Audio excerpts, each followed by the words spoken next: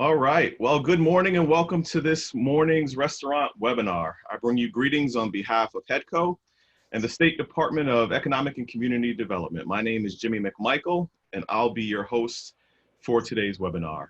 In the ongoing effort to provide assistance to small businesses throughout the state of Connecticut, HEDCO and DECD realized that the restaurant industry was particularly challenged during this pandemic and wanted to help. So to give you a little bit of a background as to how we arrived at this webinar today, 2 weeks ago, we held a focus group meeting with a small sample of restaurant owners to take a deep dive into the challenges that you're all facing. We wanted to better understand your needs and hopefully find some answers and solutions that would help you thrive in these challenging times. Since that meeting, we've taken the majority of questions that were posed during that focus group, and we've assembled a group of panelists, which you see before you here today, that have the knowledge to answer them, or at least access to the resources and the connections to move mountains on your behalf.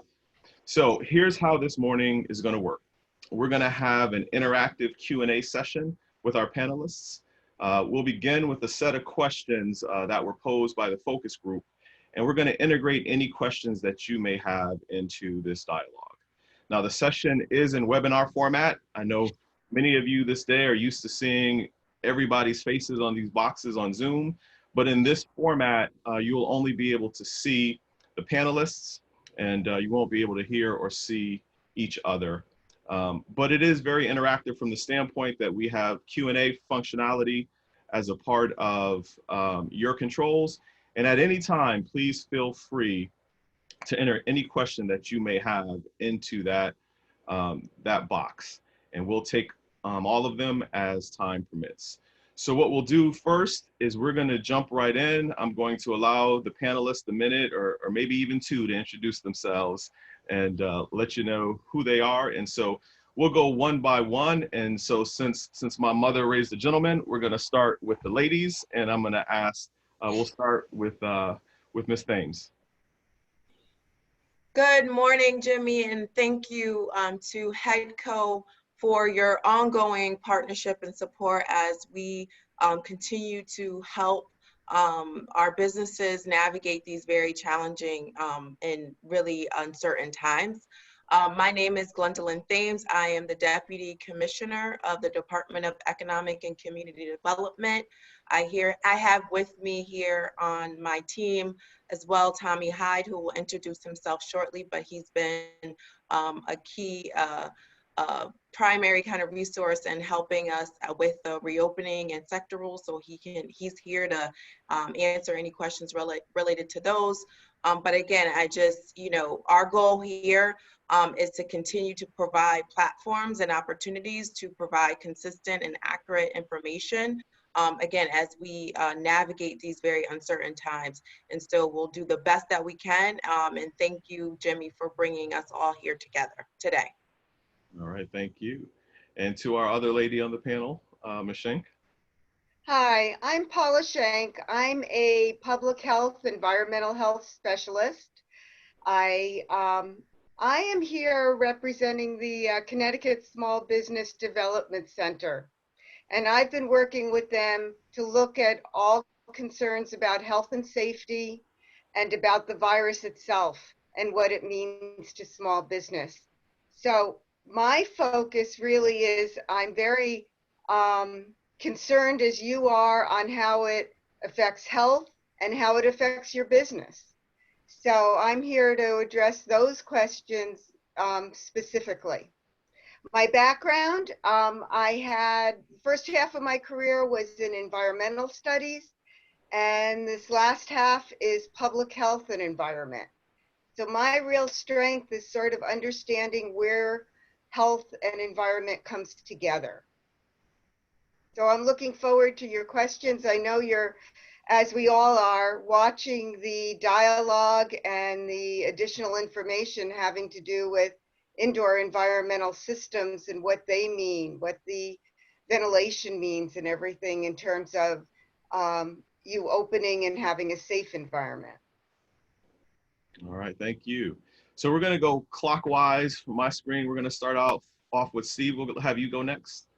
Sure. Thanks, Jimmy. It's a pleasure to be here. Good morning, everyone. My name is Steve Lattanzio. I'm from the Connecticut Labor Department. And I just want you to know that I think I have a newfound appreciation for the frontline nature of the restaurant industry that I may have taken for granted prior to this COVID-19 pandemic hitting. I realized that the restaurants have encountered the labor department previously in terms of unemployment and wage and hour and OSHA and things of that type. But now I understand how unemployment is really the main thrust of things, and the agency is cognizant of that and is willing to help in any way that it can. Again, delighted to be here. Thank you, Steve. Scott, my friend, it's your turn. Perfect. Thank you, Jimmy. Good morning, everybody. Scott Dolch, Executive Director, Connecticut Restaurant Association.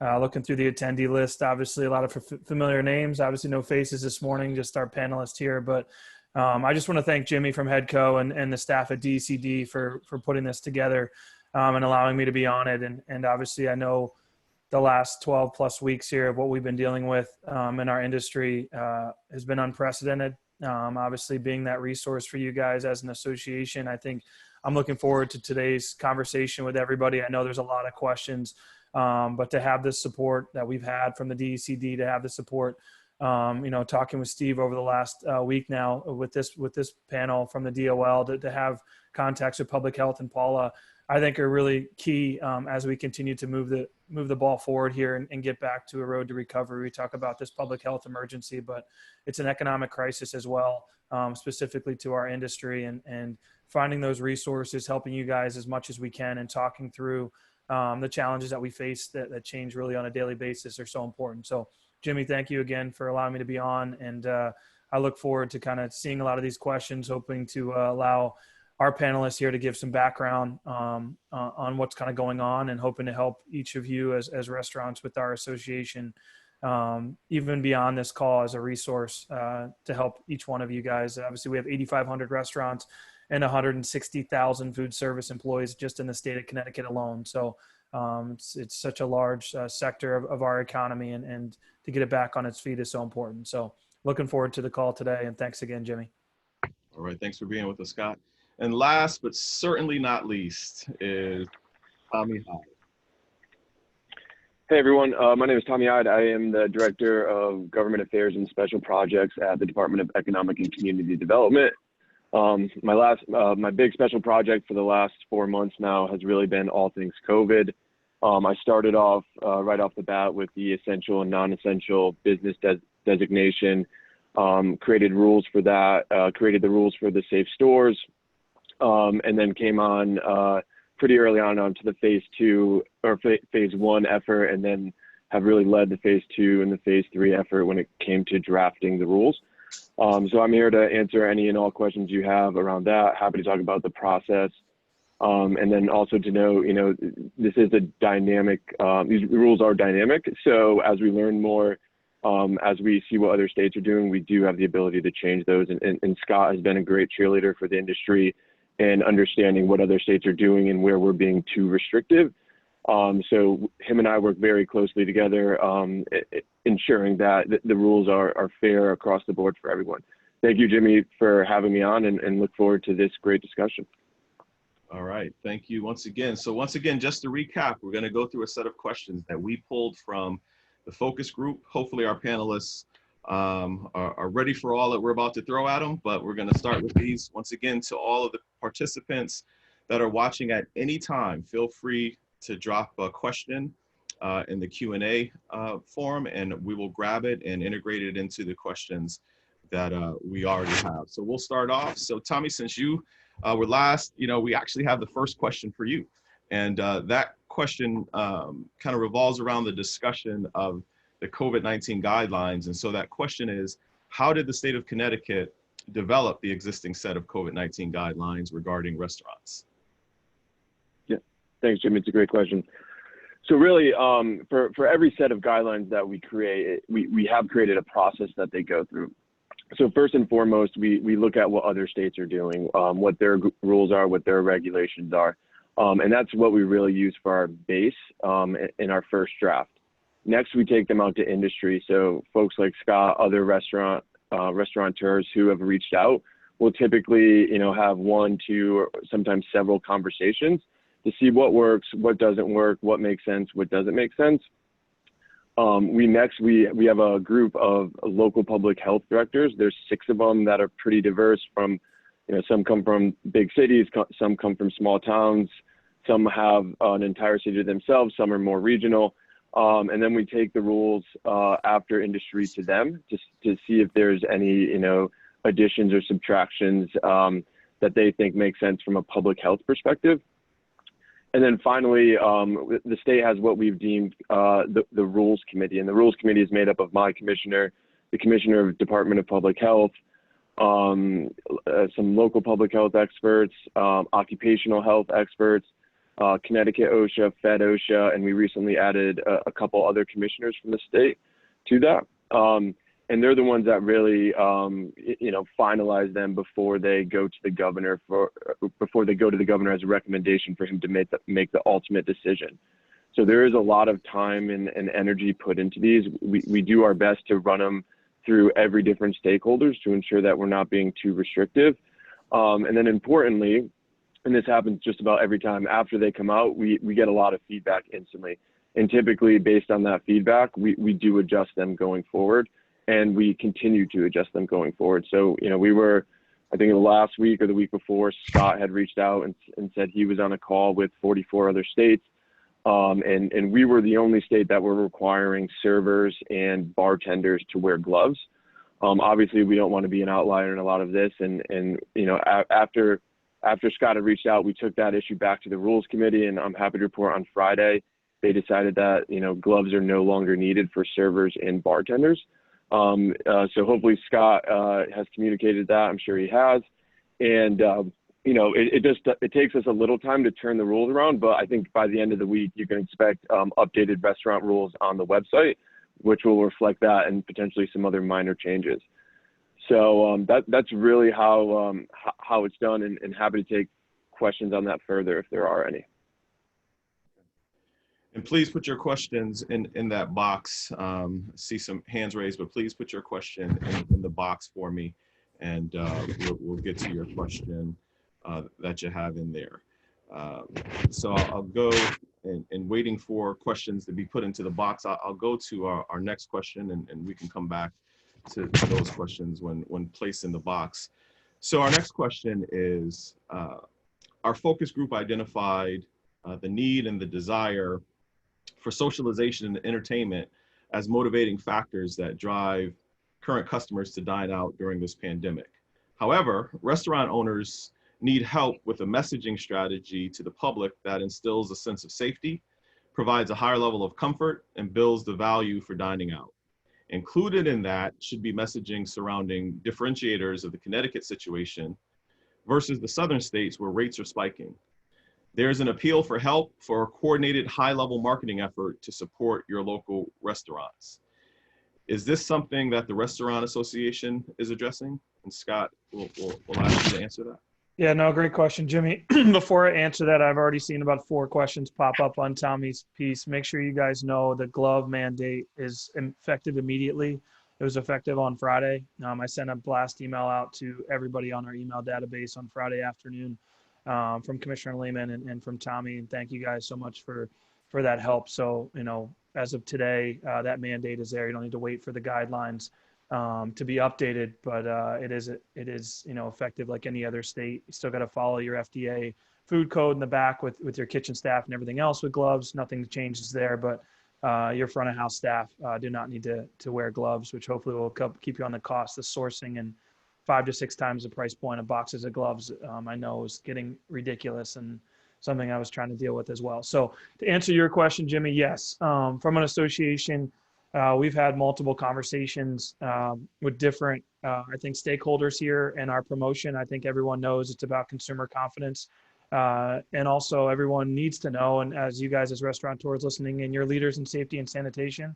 There's not another industry, I don't believe so, that has public health go inside your business on a quarterly basis at a minimum, to double check how you and your staff are following guidelines, obviously with ServSafe and all the other products that we have out there. So we are trying to show that, and we want to make sure consumers feel that they're safe going out to eat. They're safe to go outside to dine, now inside dining 50% capacity.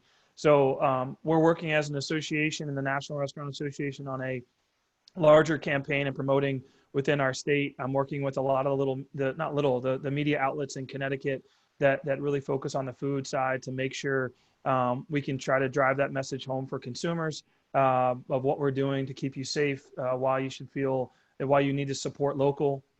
Without question, you need to support these restaurants. But also on a state level, I am having conversations with the governor's administration and Max Reese about ways that we can. I also am having a follow-up with Randy Fiveash, as you guys know, CT Visit, and his team there. They've done a couple great videos on the restaurant industry already. And Randy and I have a relationship for many years. So we're trying to talk about other ways to use those resources to have a larger campaign. Because I think, we know when we talk about tourism might be a little bit down this year with people traveling in from around the country, but we know the staycation side of things, working with local media and talking to people about how you can impact your local businesses, especially restaurants. This summer is so vital and so important. And if you have vulnerable populations or you live with them, there's still ways to support that restaurant. Instead of going to possibly a grocery store, you can still do takeout, delivery, things like that as well. So we're working on all those, and hopefully within the next couple of weeks, there'll be more things coming out and more ways through your own social media outlets. I think I would also drive that home, Jimmy. We talk about it a lot as an association. It is a unique, dynamic right now. Where normally you wouldn't probably post the safety precautions or the signage or the things you're doing or spacing, but now's the time. Now you want your consumers to know you're protecting your own employees and you're going to protect them as a customer when they come in. And the feedback I've seen of the folks that have taken that to that next step has been incredible. And trying to use the stuff that we're putting out, or CT Visit, you should be following the governor, things like that. When he's putting up videos about supporting our restaurants, we want to retweet those and get that into the public's viewpoint and eyes. So we're going to continue to work through that, though, Jimmy, to make sure we have even a larger campaign moving forward, because we know this is going to be a long road to recovery for this industry.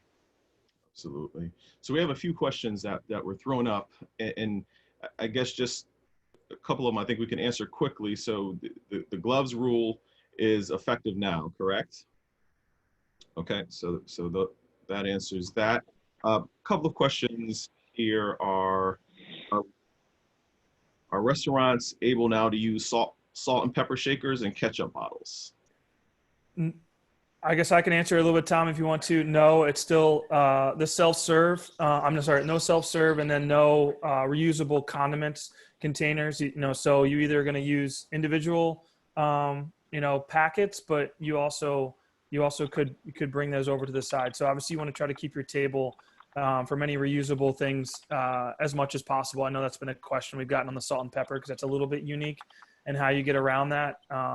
But I know on the ketchups and things like that, if you put together, the single-use plastic, or even the ramekins that you wash out that are metal, as long as they're washed before going back, that's what a lot of the restaurants are doing right now. But obviously salt and pepper is one still in our phase 2 that cannot be stayed at the table and reusable.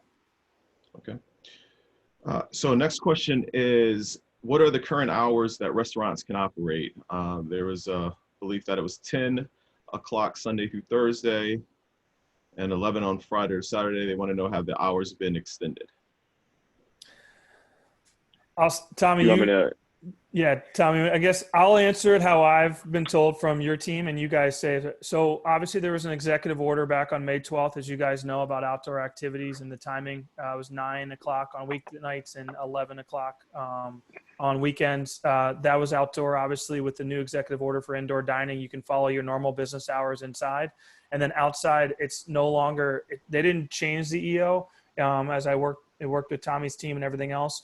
It's now a town-based. Obviously, you should be able to go back to normal business hours, but I would reach out to your town because if you expanded your dining or you never had outdoor before, it's less about public health because you're following those guidelines. It's maybe more about noise ordinance or things that the town is going to approve or not approve. So inside, normal business hours; outside, just kind of reach out to your town to make sure you can go back to your normal business hours for your outdoor dining as well. But you don't need to go kind of the state side, if that kind of answers that question, Tommy and Glenn, from yours is the feedback. Yeah, absolutely. I think, the power is kind of vested in that local zoning authority from outdoor kind of patio. Because again, there was many businesses that had that kind of built into their model already, but then there were a lot that did not or wanted to expand.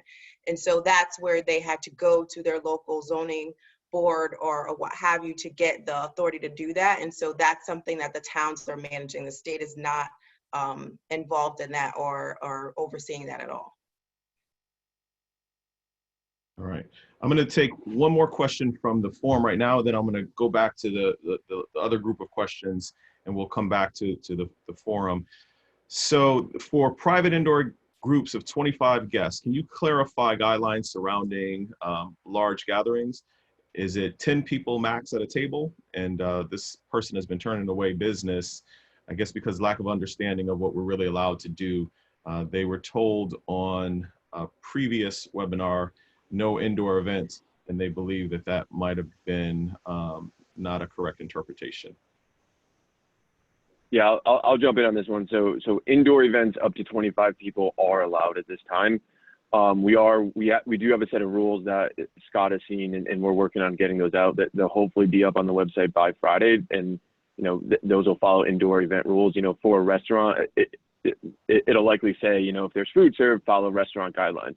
So I don't think it's going to be anything too new to a lot of folks in this group who've been following the restaurant guidelines. But at this time, you can't have an indoor event up to 25 people. Okay. And that includes private social events such as weddings, correct? Correct. Okay. All right, great. Yeah. And Jimmy, just to drive that home, though, is understanding it's following restaurant guidelines. I know there's been a lot of questions on, can I stand around and have, kind of the social event for 45 minutes before everyone sits down. My recommendation right now is to follow it like a restaurant as much as possible. Work with your guests. I know it's unique. I know it's difficult, but obviously to make sure it's very difficult to bring 25 people in and keep them 6 foot apart, that, they really can't take their mask off until they sit and they're at that table. So my recommendation from an association side is if you're having hypothetically a bereavement, a birthday party, even a wedding right now, which is also a little bit, we're trying to work through those guidelines to Tommy's point, indoor or outdoor, you should be sitting down at their table, and there's really it's asked 10 or max. I know you guys don't have 25 person tables. I mean, you could have a very long horseshoe, that would be okay. But realistically, be smart about it and use your best practices here about the social distancing and that they're seated at their table with their mask off. And they're not kind of getting up and mingling around, both outdoor and inside, is really the purpose of why they write the language in there following restaurant guidelines, just like in a restaurant where people are seated with their mask off, but if they get up and move around, they'd have to put it back on. Okay. I'm going to jump into a couple more questions, then we'll come back to some of the questions that were posted in the forum there. So many restaurant owners are dealing with landlords who still expect full payment of rent, despite the fact that business revenues are coming in at a fraction of normal. What kind of negotiation help is available for those restaurant owners who are dealing with this challenge?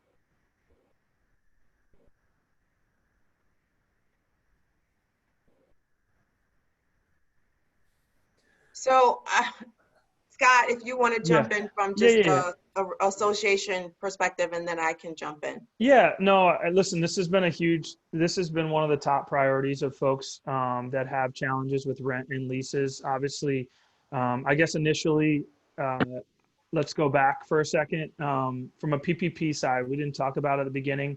Everybody on this call should have received a PPP loan. If you haven't, reach out to me directly today, or anyone else, because there's still $125 billion out there in PPP, which is the Paycheck Protection Program of federal dollars. Where that helps you in this kind of question, Jimmy, is the initial round of PPP was a 75-25 split of how you could use the money, 75% to payroll, 25% to rent. utilities, mortgage, interest. Now it is 60/40.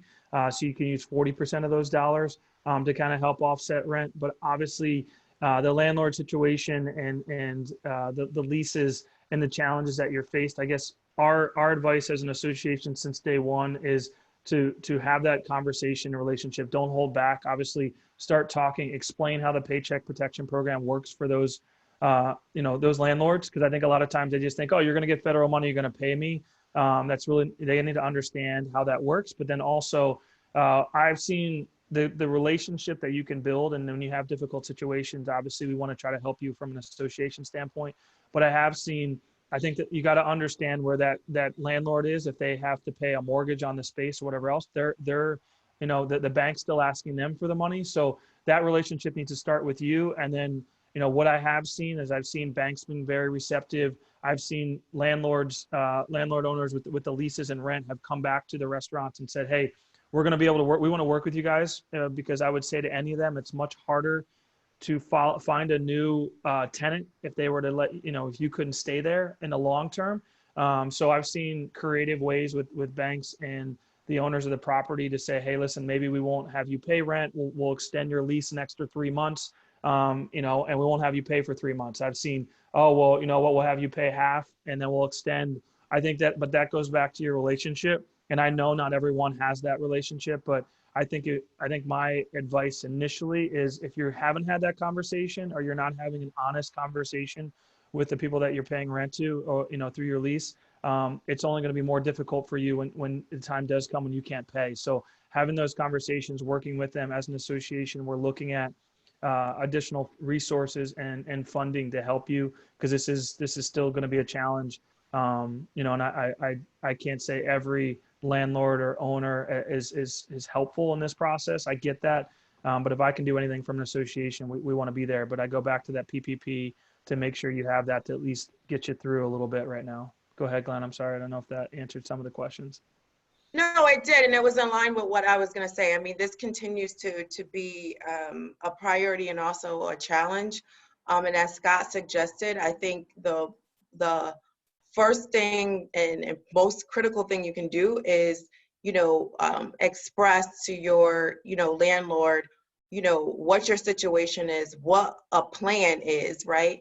And the goal is that you're accessing PPP, you're accessing the economic injury disaster loans that are going to help kind of, show what that working capital is and what that plan is to get you over the next, few months or what have you.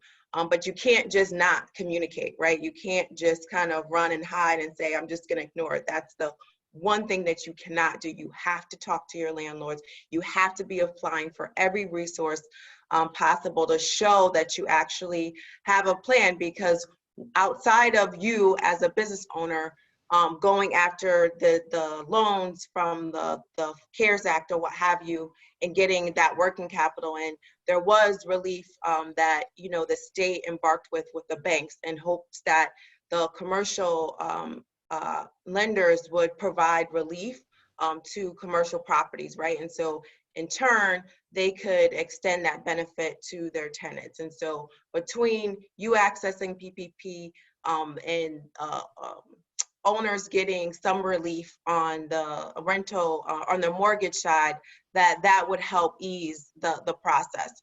Obviously, again, these are really kind of uncertain times. And are very strenuous times. So there's still kind of more work to do, if you will, but those were kind of the initial steps that were taken to help provide relief. So I really just press upon everybody, if you haven't applied for PPP or EIDL, please do. As far as our current projections, there's been about $6.4 billion that has come into Connecticut for business owners for PPP, and about $1.3 billion for the EIDL, the economic injury disaster loans. So our businesses have gotten access to these PPP dollars that were meant to help you sustain your operations during this crisis. So again, if you haven't done that, I encourage you to do it. There are, online tools, so bluevine.com, paypal.com. It's very efficient for you just to literally go on your smartphone, go on your desktop and apply through those platforms. So you didn't even have to deal with a bank if you don't want to deal with a bank or you don't have a relationship with a bank. So there's many avenues that businesses can access these funds to help you sustain your operations, but you have to communicate with your landlords and show that you have a plan to continue to kind of ride this wave, if you will. Okay. Thank you. So I'm going to stay with this line on the help and relief line of questioning. So I think my next question is, as restaurants are looking for additional ways of financial relief, is it possible to make an appeal for sales tax relief from the state of Connecticut for this industry for a period of time? I mean, that's something that Scott can jump in here with kind of their ongoing advocacy. You know, obviously there was relief from a filing extension perspective that the administration has done, but I guess if they're asking for kind of full on like, you know, not like filing extension, but like full on, like you don't have to pay. That's a whole different discussion. That, you know, is one that, you know, all options are on the table to some extent during a crisis. But that is not something that has been kind of considered to my knowledge. Yeah, and I can answer. I mean, obviously, a lot of folks on the call. We did get a extension for 3 months. If you were under a threshold of $150,000 in sales tax from 2019, you got an extension. That extension didn't get pushed beyond, so I know of making payments. We've continued to talk to the governor and administration and leaders up there about other ways to kind of help from a state side. But obviously, all the restaurateurs understand, you know, we are one of the largest sales tax providers to the state and helping the state and everything else. So that is obviously a difficult decision in discussions that are going on at a state level that we continue to have. Other conversations that are out there that we've started about is, you know, meals and beverage tax went up that 1%. You know, could that potentially be on the table, you know, in this crisis to possibly help out the businesses in the industry? But I think that goes back to, yes, you guys are looking for other ways, other relief, other ways to kind of help you. I think I saw a couple questions, Jimmy. I think right now there's nothing on the table that you guys, I don't want you guys to hold out hope thinking you're going to keep sales tax. They're not going to have to pay that, to Glenn's point. But I think that the bigger thing is on the federal level, which I don't think there's anybody obviously on this call. This is a state specific, but for everybody on the call from my side, you know, I had a call on Friday with the National Restaurant Association. There's a lot of movement going on down in DC right now as they come out of recess. There's a talk about another $1 trillion bill possibly in help and funding, which help and resources, which could include a second round of PPP, could include a restaurant specific or hospitality specific resources. That's going to come to a head here in the next week to 2 weeks of what could be in that bill and that package.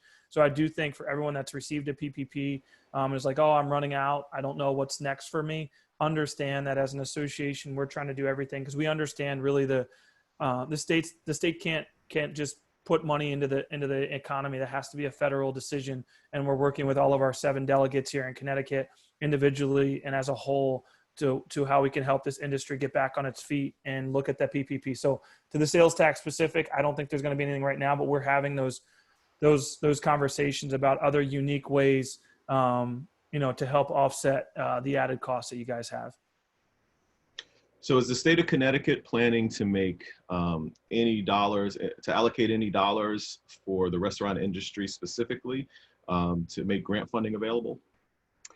Yeah, so I'll jump in here. I mean, I think, you know, just from a overall perspective and how we've looked at this, you know, health and economic crisis was in stages. And so the first, you know, phase was really crisis mode and immediate response. And so we launched several different programs, from the bridge loan, you know, which was meant to, again, literally be a bridge to the additional federal dollars that were coming down the pipeline to help with working capital.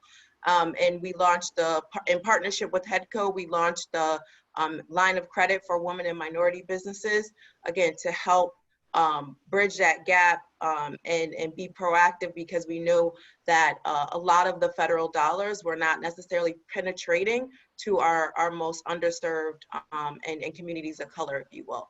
And so, you know, fast forwarding now that we're on kind of the second stage, which is reopening, and hopefully on to the recovering. But again, this is all guided by the health metrics. And, you know, it's unfortunate what we're seeing in some other states relative to the spikes, and we hope that that doesn't happen in Connecticut. And everybody's been doing an amazing job in Connecticut, which is part of the reason why we've kind of been in a very safe space, if you will. But we have to continue to do that and continue to be on pace to reopen, if you will. And we've had to pause some of that for phase 3 because of what we're seeing in other states and out of an abundance of caution. And so now we're really moving into kind of what recovery looks like, but also we know that this is not a sprint, it's a marathon. And so to the extent that we are having forums like this, we are continuing to survey our business community to inform what are those supports that we need for the restaurant industry, but also for other industries as well that have been hardest hit, hotel and lodging, personal services or what have you. And so again, this is something that is continued to be an essential part of our conversation. I can tell you what that looks like and what form that looks like. I'm not quite sure, but there is more relief coming. Because again, we know that we're in this for the long haul. And as Scott mentioned, you know, our federal government is looking at kind of the next phase of a stimulus, because we know in Connecticut, we can't backstop everything because of our own fiscal situation. So we really need the feds to step up because they can print money as they have over the last several months. And so, you know, we're really trying to work in coordination with our federal delegation and understanding what's coming out of Washington to understand what the state needs to do to augment that and fill in gaps, if you will. So more to come as we get more data and as we see kind of what's happening in our communities. But I can't say what that form looks like, but I can say more hope, more resources are on the table and being considered. Okay. Hey, With that resource, go ahead. Jimmy, real quick, and I forgot to mention this when you talked about sales tax specific to everybody here. I've had a lot of conversations with the DRS. I know no one's on the call today from there, but their acting commissioner and their team have been, and John have been helpful. They launched what they called it's a priority one. I sent an email out probably now like a month ago. They launched a priority one assistance program, and that's specific to this COVID time and people not being able to pay their sales tax and putting them on a program where they're not being penalized and they're being able to work with you. I highly recommend that you guys reach out to the DRS. It goes back to that landlord and owner situation. If you just sit back and go, hey, I can't pay it, and then what you could be fined and penalized down the road, you need to have that conversation. But they did launch that program with their team. So making sure you're having that conversation if you're coming up here on sales tax piece. So that is another avenue from the state side that they've launched a program within COVID. Not so much if you're not going to have to pay it, but how you can put yourself to make sure that, you know, you're not going to be penalized down the road. So that's their priority one assistance program from the DRS. Okay. One more question along this assistance line. A lot of focus has been placed on securing PPE, but restaurants also struggle with shortages of other supplies such as paper and plastic bags, to-go containers, et cetera. Can the state of Connecticut provide any assistance in locating and bulk purchasing both PPE and these other items to ensure the availability of these resources? Yes, so I'll jump in here. You know, this is a conversation that is currently in process and trying to determine, you know, what the state could do, if anything, relative to kind of this bulk purchasing aspect for PPE, specifically for PPE. And again, we're working with our chamber, CBIA, to see if there's some type of partnership, because as part of our process in procuring PPE, we have a vetted list of vendors that we work with. And so the thought is, how can we extend that to an organization that works with businesses that can be that conduit and provide that bulk purchasing opportunity. So that's something that is currently being discussed and conversations are underway on how to do that. As far as the kind of unique packaging and those type of materials, that has not been a part of the conversation, but I'm not sure if Scott wants to chime in and see if that's an opportunity as well. But I know on the PPE side, that is definitely a part of current conversation. Yeah, so I'll answer it quickly for you, Jimmy. I think the first thing I would tell everybody listening in is keep track of your PPE expenses. The reason why I say that is we're asking for state help through the CARES Act for some COVID-related expenses for small businesses, which I know Glenn and Tommy are aware whether we get there or not, but also on a federal side, even within that $1 trillion bill or whatever else comes out, there's a lot of talk about the PPE expenses for businesses across the country and tax credits or things like that. So you should be separating if you're buying gloves, masks, plexiglass. I'm not going to say you're going to get it all, but like you should have that, hey, I've spent $8,000 or $6,000 as a small business so far. Keep that separated with your accountant and everything else. So there's no promises yet, but at least so if we do get some tax credits, we do get some support, you can quickly find that and say, hey, here's my receipts, here's everything I've spent on PPE. And obviously we have different vendors from the association similar to Glenn besides just PPE, but also I understand the sourcing and the cost. I mean, it goes back to the glove conversation we had at the beginning of this call. How much, the to-go containers and utensils, it's a challenge of sourcing and cost. So we continue to try to vet that out as an association. If you guys have questions, I mean, I got 3 emails this morning about needing some plexiglass people to reach out to. So please use us as that resource as well to help you guys at least find a vendor, find vendors that you can, cost compare at least, and not just try to stay with your certain vendor if they're charging you 5-6 times the price that it was pre-COVID, because I understand the cost there. But please make sure you're keeping your PPE expenses separate so because hopefully there'll be some tax breaks or credits or even some possible grant opportunities down the road here for that, because I know that's not something any business, obviously especially our industry trying to get back on their feet, was expecting. But to follow these guidelines, to follow these rules, you've had to do it. So keep that separate, and obviously we can hopefully get some help for you down the road.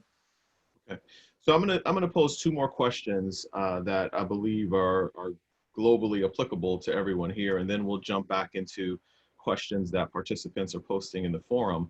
So the first one, and it's probably a broad question, but there is a lot of talk surrounding this topic. And so can someone provide some clarity and understanding around the process of unemployment? What's required from an employer standpoint, and what does it truly mean for an employee when they file for unemployment? And include in that answer, what happens when an employee gets sick while working for you? Sure, I'll take that, Jim. Again, Steve Lattanzio from the Labor Department. I just want to say at the outset, I'm totally blown away by the detail that this industry has to encounter during this pandemic. I had no idea it went down to the nuts and bolts of ketchup bottles and salt shakers and things like that. I can't imagine the detail and the nuts and bolts. And I'm really not going to be speaking to the nuts and bolts, but some theory. But one of the things along the lines of assistance that I wanted to stress, and then I'll get to the question about the being sick and refusals that I see in the chat, is there's a concept called shared work that is an unemployment program, and I know everybody's familiarity with the Labor Department, pro and con, especially in the unemployment world. But this concept called shared work is something that is universally acclaimed. Both sides, employers and employees, both love this program. And what it is it was very popular at the beginning of this pandemic, and is becoming popular again towards the end of this, or not the end of this, but as we are reopening. Instead of completely laying off people, if you had 10 employees, rather than lay off 5 people so that you would be down to 5, you keep all 10 and you just reduce their work schedules by 50%, so that you have all 10 workers that you've trained and that you have a relationship with, and you keep them at 50%. And the benefit of this is that they get 50% prorated wages from you because they're working 50% hours. They get 50% of their unemployment benefits from the state, plus, and the kicker these days, and at least for another few weeks, is that they get $600, the FPUC, added onto their unemployment rate. So there are advantages to the employer and there are advantages to the employee to be subsidized for their unemployment, even if it's a partial rate. But the employee stays attached to the employer. The benefit of this is that a person could file for partial benefits. Usually, they can file anytime for partial benefits. So, and suppose the person got $900 in wages. Just suppose that, and you take 2/3 of those wages, $600. And you would subtract that from their weekly benefit rate. Okay, so they earn $900 of wages, take 2/3 of it, $600, subtract that from their weekly benefit rate. If by subtracting it, suppose their weekly benefit rate was $500 or $400, and you're subtracting $600, they have a negative balance. They cannot file for unemployment, and they cannot get the $600. In contrast to that, shared work. If you reduce their hours by 10% to 60%, they automatically get your partial wages, your prorated wages. They get 10 to 60% of their unemployment, and they get the full $600. So as long as they qualify for at least $1 of unemployment, you get the $600. So you've kept your employer staff active, partial, and there's no chance that they're going to have to do that 2/3 deduction that I mentioned. They're never going to go to zero or negative. So they're always going to qualify for unemployment, and they're always going to qualify for the extra $600. I know that wasn't the question, Jimmy, but I just wanted to get that out there because that's one of the key forms of assistance that the Labor Department provides. The Labor Department, but pre-pandemic, received about 2 applications per week for shared work. They now have about 1,200 employers involved in this shared work program. It is a win-win on both sides. But now, I also know that the biggest fear that you have is people refusing work and people being sick. If they have an underlying medical condition from which they come in within the CDC guidelines, they're over 65, they have an underlying medical condition, it's corroborated by medical evidence, they can separate from work, and they'll have a hearing to which you will be invited. And the question is whether or not they have good cause attributable to the employer for having to leave. And if they have those underlying conditions, if they do meet those CDC guidelines, they probably are going to be eligible for unemployment. Last thing I'll say that, I should have mentioned with the shared work, it's 100% reimbursed by the federal government, 100% for shared work. So no charges there. Now, Steve, you mentioned if they get sick in terms of underlying conditions, but what happens if they get sick and contract coronavirus while working for you? Well, then I believe that the state guidelines are going to require the employer to send that person home, and maybe people surrounding them as well. And the employer has the option to pay them, can put them on paid leave, can give them whatever benefits that they have. In the event that the sick person files for unemployment, they were going to be scheduled for a hearing. And I don't say that lightly, being scheduled for a hearing.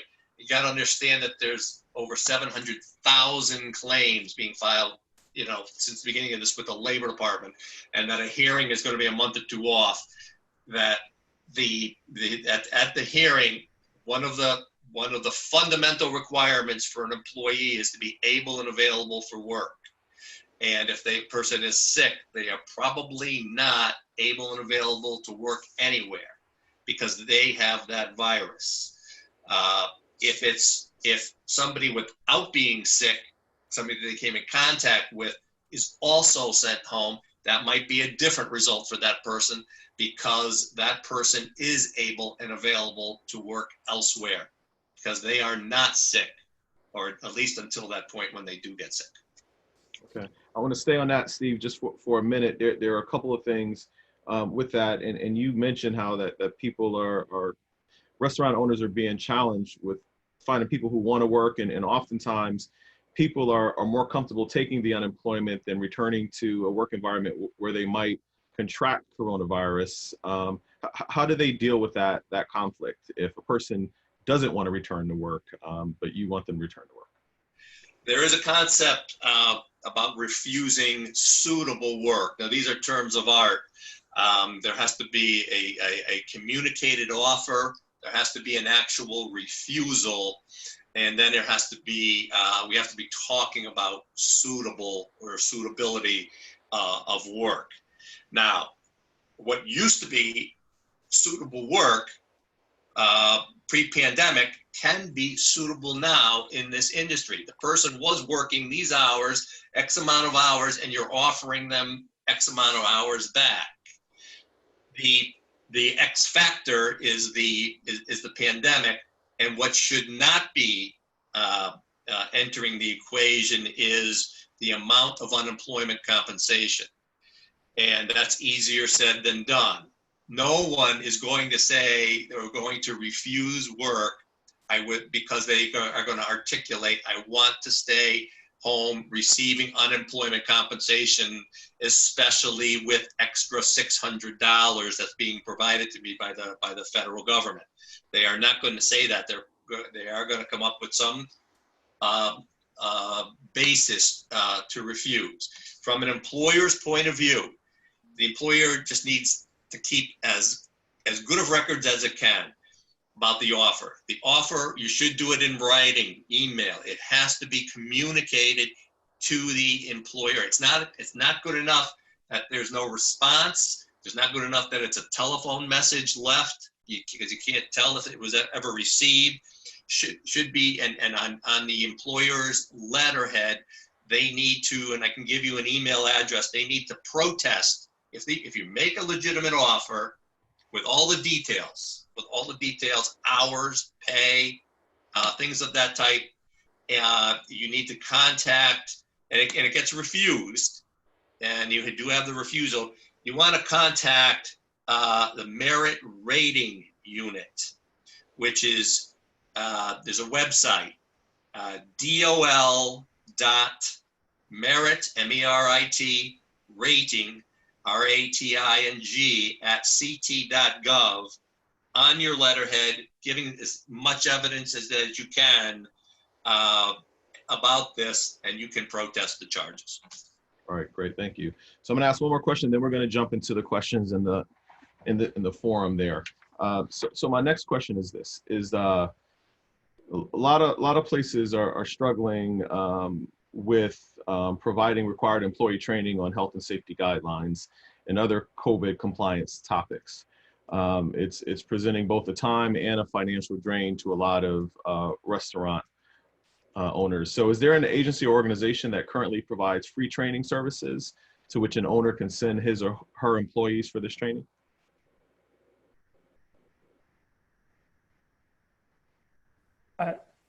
Paul, I know we haven't had a whole lot of questions for you, so I want to give you a sense. I'll answer it from an association side, as everyone knows.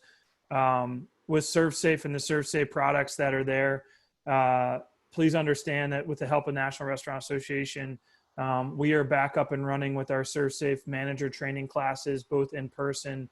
You can also do it digitally, and part of the training, we've added some COVID pieces to it, but also ServSafe has put out 3 free videos, one on reopening, one on takeout, one on delivery. They're working on a couple others as well that I think really just continues to educate not only yourself, but your staff. on best practices specific to our industry and the restaurant industry. So we'll continue to push those out. Obviously, that's off of our site, ctrestaurant.org/servesafe. If you need to sign up, you can take a class. Obviously, if you need your staff to take manager classes to get recertified, please know too, we've added some COVID pieces to it as well to help in that training. So Paul, I didn't mean to know if you had any other follow-up on other opportunities for added trainings. There is worker-focused training that's available through Connecticut. There's also a group called the New England Consortium, which is headquartered in UMass Lowell, that offers some training. I know at UConn Health Center, we're involved with a NIOSH-funded center with the University of Mass in Lowell that offers all kinds of support and guidance.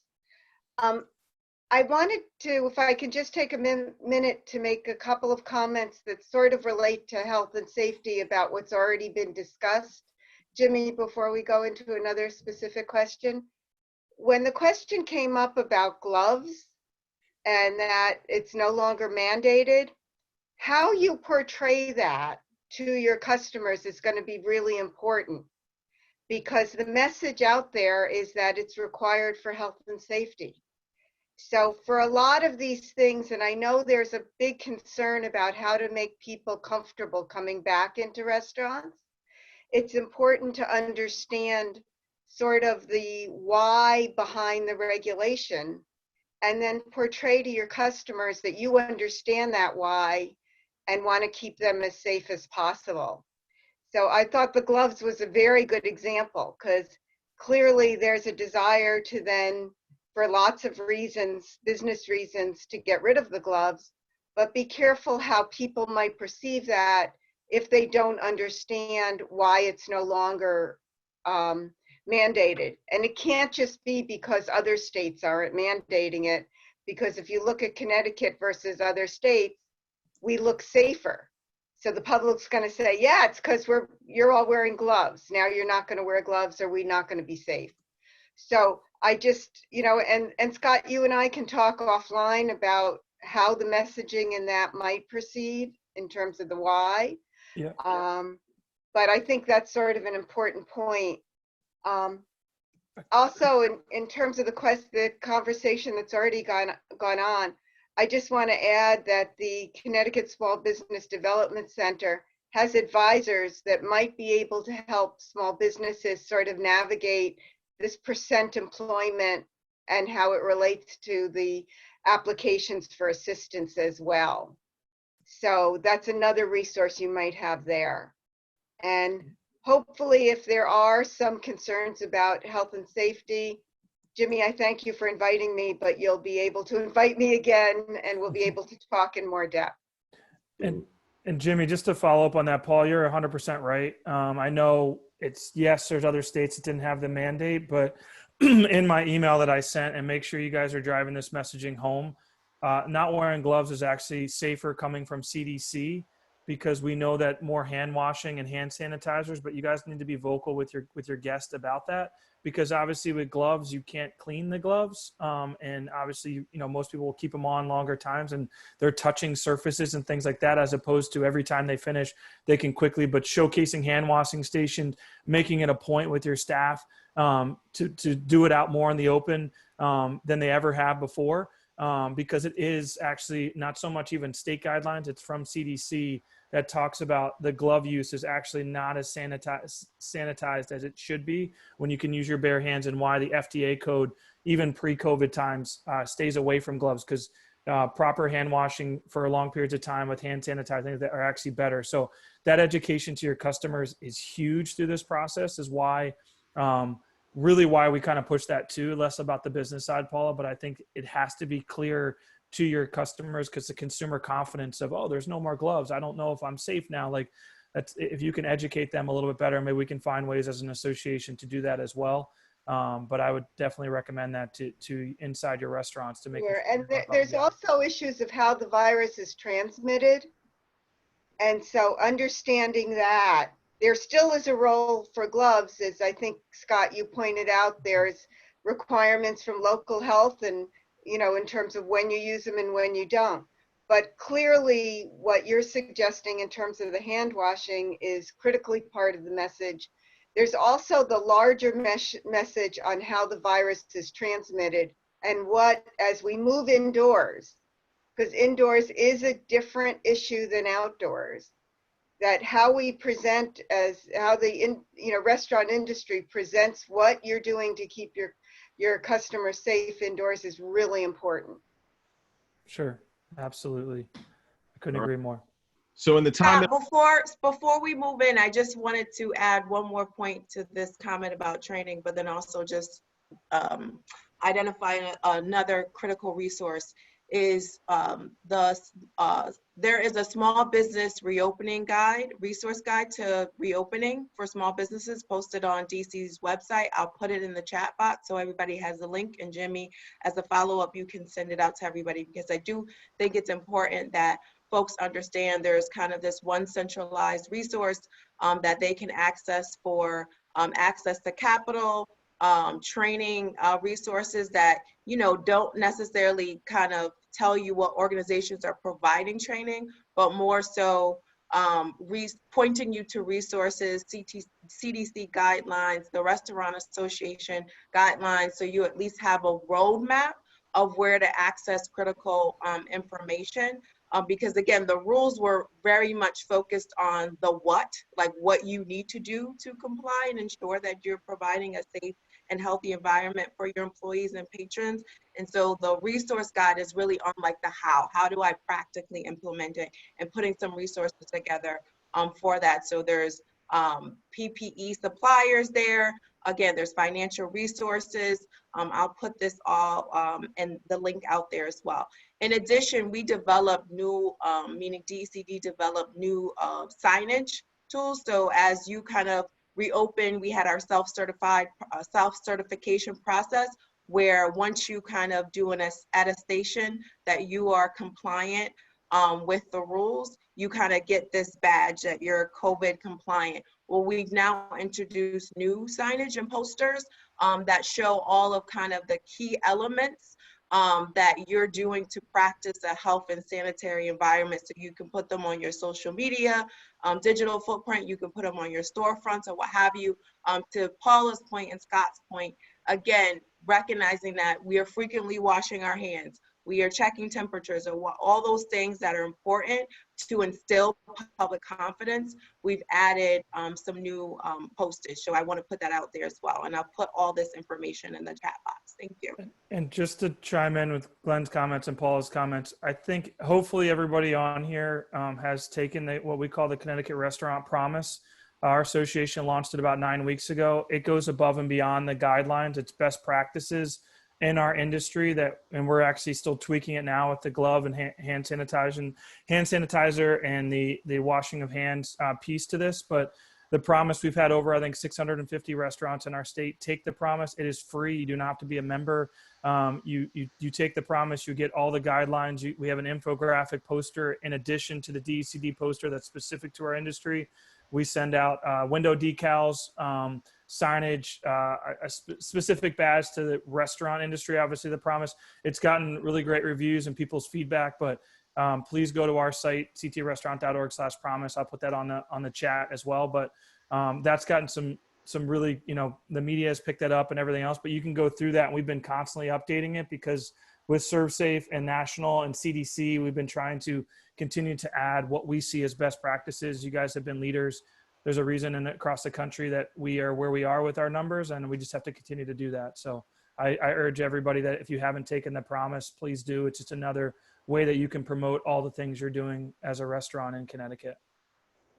All right, so we're going to enter into our kind of speed round to tackle some of these questions in the forum there. We've got about 10 minutes left, and so we're going to go through these. Some of these should be quick answers, and so I'll throw them out there. The first one is if I can reuse menus, if I sterilize them between customer visits, but I can't use salt and pepper shakers and ketchup bottles, can you explain what the difference is from a health perspective? Yeah, look, that's a pretty fair point. I agree with you there. So I know it was brought up earlier. I made a note of it, and we'll bring it to the Rules Committee on Friday to have them weigh in and see if we could loosen that restriction. Okay, great. Be careful though, it is different using a menu and putting ketchup on a hamburger, that there's a different opportunity for exposure. So as you're looking at it, just it's different. It's not exactly the same. Yeah, no, absolutely. And this will be thoroughly vetted by the Rules Committee. So, you know, they're the ones that kind of make the ultimate recommendations to the governor. So absolutely. So a couple questions posted here about timeline for phase 3. Yeah, so I can jump in there too. So phase 3, as everyone knows, it got pushed off. You know, this is a dynamic situation, and we are looking at the numbers daily. You know, they did start to rise last week, but then Friday ended up being a pretty good day. So I think based on the numbers, you know, this is something we look at on a week-by-week basis. So if everything continues to go good, I think we'll see potentially phase 3 come a little sooner. If not, it might continue to be pushed off. Okay, so that's an ongoing thing, sounds like. Jimmy, it might be good for people to sort of understand that with the virus and what's going on in other states, and because we're a mobile society, that what's happening in the other states will also be part, I would think, of what your experts look at as they make that decision. That if indeed the other states plateau, that looks really good for us, even if we're still good. If the other states, if it continues to rise, I would anticipate that we would still have pretty strict requirements, because if the other states are rising, we're still at risk. So people should understand it's not just our numbers, that our numbers are great and certainly give us the impetus to be more relaxed, but we've got to also, Tommy, look at those other numbers. Yep, that's a great point, Paula. Yeah, absolutely. I mean, and again, I think Tommy mentioned that that's a part of what's guiding, you know, our phases to reopening, and which is why we paused the phase 2 out of abundance of caution with what was happening in those other states, and also putting in the travel advisory and ensuring those individuals coming from those hot spots were self-quarantining as they enter our state. Okay. Does the kitchen have to stay open during the hours of operation? I would say So, yes, right. because of food. Go ahead, Tommy. No, I was same thing. That right now, you know, bars aren't allowed to open, and drinks have to be served in conjunction with a meal. So unless you're kind of cooking all the food early and putting it under a hot plate and serving it after the fact, I guess you can work around it a little bit that way. But for the most part, I would say yes, the kitchen would have to stay open. Okay, so I have a question here, and this might be a Steve question. If a business participates in shared work, how are FTEs counted for PPP forgiveness? Employers need to get back to 100% of FTEs. Are the employees covered under shared work counted for hours worked and therefore reduced? FTEs also, compensation cannot be reduced by more than 25%. Will this reduce their compensation by more than 25% for forgiveness purposes? Steve, before you answer that, let me answer PPP federal side, because there was a lot of questions on there about all the FTEs. Know that the PPP Flexibility Act that went to 60-40 from 75-25 wasn't just that. It went from 8 weeks to 24 weeks. Some people asked, oh, my 8 weeks are coming up. That extended everybody's covered period 24 weeks. If you want to put your money back in 8 weeks, that's fine. You want to do it 12, 16 weeks, whenever your money's out. But understand too, a huge part of it was the third bullet of the Flexibility Act was looking at our industry specifically. And it talked about the FTEs and the fact that, to Steve's point, if you're offering someone, a full-time person, a job back and they decline, you are protected that would still count as long as you have it in writing. You need to have it in an email. You need to have it in a letter that you offered them the job. So counting that, but also in the Flexibility Act, they put a new final rule, interim final rule a week ago that talks about safe harbor in our industry. So what that means is if you can prove, which we can all prove right now, that you're not back at 100% capacity and you're not inside your covered period, you do not have to hit the FTE requirements because you're in what's called a safe harbor as an industry. And that was a huge piece of legislation that passed in flexibility. And also there's a PPP easy form that is what they call easy form, like the 1040 easy form. So when you get your money, so people should not be fearful. I would be shocked if every restaurant in Connecticut that received a PPP loan cannot get it fully forgiven if you're doing it the right way, and shouldn't be stressed about the fact of, obviously we can help you through that process, but the safe harbor language on the FTE where everyone was so freaking out early on about it, there's a lot more protections in our industry because you aren't fully open. There's still get stuff in writing, but understand if you had to get back to 18 FTEs, if you can prove that your industry is still not open, they're still going to give you that flexibility to help you through that process. So sorry, Steve, didn't mean to take your question, but I wanted to kind of answer that. No, that's perfect. And I mean, I was going to say that I think that's between the restaurant who's taking out the loan and the terms of the PPE. Shared work isn't going to address PPE specifically. It does allow, it's just not going to address it in terms of full-time employees. It does allow partial employment between the ranges of 10% to 60%. And again, the benefit of that is that there's a guaranteed wage, guaranteed unemployment, and through the end of this month, guarantee the extra $600. Okay. So, and also, I just put the link to the easy forgiveness form for people. If you haven't seen it, you should probably take a look at it and familiarize yourself. So again, you have to make sure you're keeping good records, you're preparing yourself on all the things that you need, because the PPP is 100, you're eligible for 100% forgiveness, but you have to prove that out. So it's important that you are staying on top of things and keeping good records. This probably could be a whole nother webinar, Jimmy, just on this topic alone. Absolutely. So last two questions before we run out of time. Is a written text okay? Does that count as written verification that a person has refused work? Like an email or something like that. Yeah, with the most specific evidence that you can have, the date that you communicated it, any response from the person, the terms of the offer, hours, pay, and then you have a sufficient basis to try to establish that there was a refusal. Also list the nature of the work and if the person had performed that type of work before. To the extent that it's identical, the only difference is going to be whether or not the person has an underlying medical condition that has now renders the work unsuitable. But if it's done through text messaging and all of that is communicated, does that still qualify for verification? I would say yes. I would say yes, because you can print out the text. Okay, so last question. Restaurant waiters and waitresses are using clear face shields. Is it okay to use those without a mask, or do you still need to have a mask on if you have clear face shields? Right now, you would need a mask on. A clear face shield would be optional, but we know masks are the most important thing when we're trying to protect ourselves and everyone else around us, so masks are required.